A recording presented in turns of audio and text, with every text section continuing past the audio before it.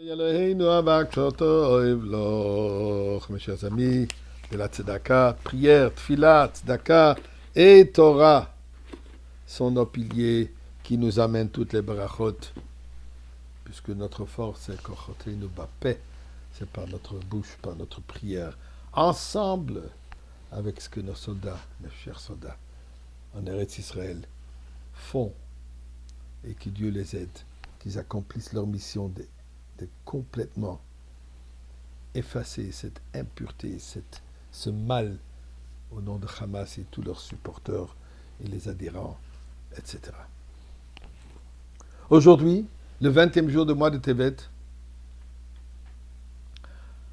Hashgacha Pratit, où nous vivons maintenant cette période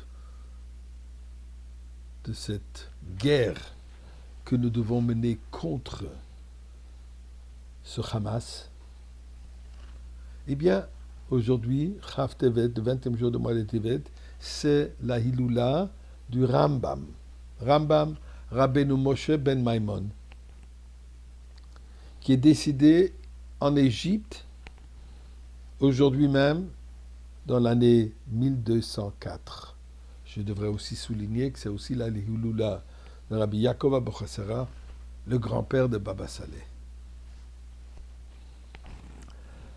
Nous connaissons le Rambam, ou au nom de Rambam, ou au nom de Maïmonide, fils de Maïmon donc, qui était érudit, talmudiste, autorité de la halacha, médecin, philosophe, et surtout dirigeant de la communauté, dirigeant d'Am Israël.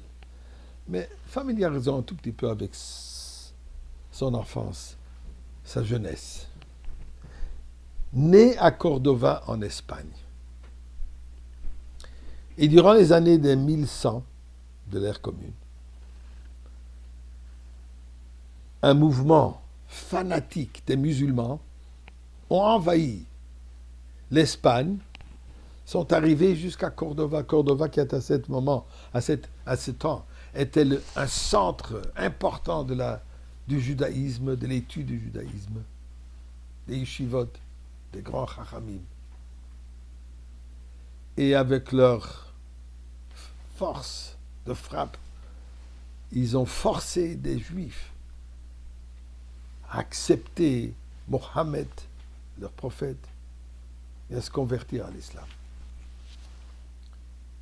Détruits, brûlés, tels qu'ils ont l'habitude de faire, comme ils savent très bien comment faire. Nous savons très bien ce que nous vivons aujourd'hui. Comme on dit, le plus ça change, le plus ça reste la même chose. Et malheureusement, la communauté juive de Cordova a été détruite, brûlée. Et en 1148, finalement, Rav Maimon ne pouvait plus rester dans la ville. Grande majorité de la communauté déjà avait quitté, se cachait dans différents endroits de l'Espagne. Aussi, il a quitté la ville avec ses deux fils, Moshe, qui venait de fêter sa bar mitzvah, et David. Et ils sont partis vers le sud de l'Espagne, en espérant que là-bas, ils vont pouvoir encore vivre en paix. Et de cette manière, pendant 10 ans, ils allaient courir, se cacher d'un endroit à l'autre. Et finalement, en 1159 de l'ère commune, ils ont voyagé, ils ont traversé la Méditerranée pour rejoindre la communauté juive au Maroc, à Fès. Malheureusement, les conditions au Maroc, ils étaient aussi très difficiles. L'influence de l'islam se propageait là-bas aussi. Et nombreux étaient les juifs qui, malheureusement, par crainte de leur vie, ont dû ouvertement se convertir à l'islam et accepter Mohammed comme prophète. Le Rambam, il avait alors 24 ans, et c'est là où il est sa connaissance, son leadership était tout à coup reconnu. Ce qui est arrivé, il y avait un grand débat parmi les chachamim de cette époque. Ces juifs qui se sont ouvertement convertis à l'islam, est-ce qu'on peut toujours les considérer juifs ou non? Ou il faut complètement les repousser, les rejeter, excommuniquer de la communauté juive?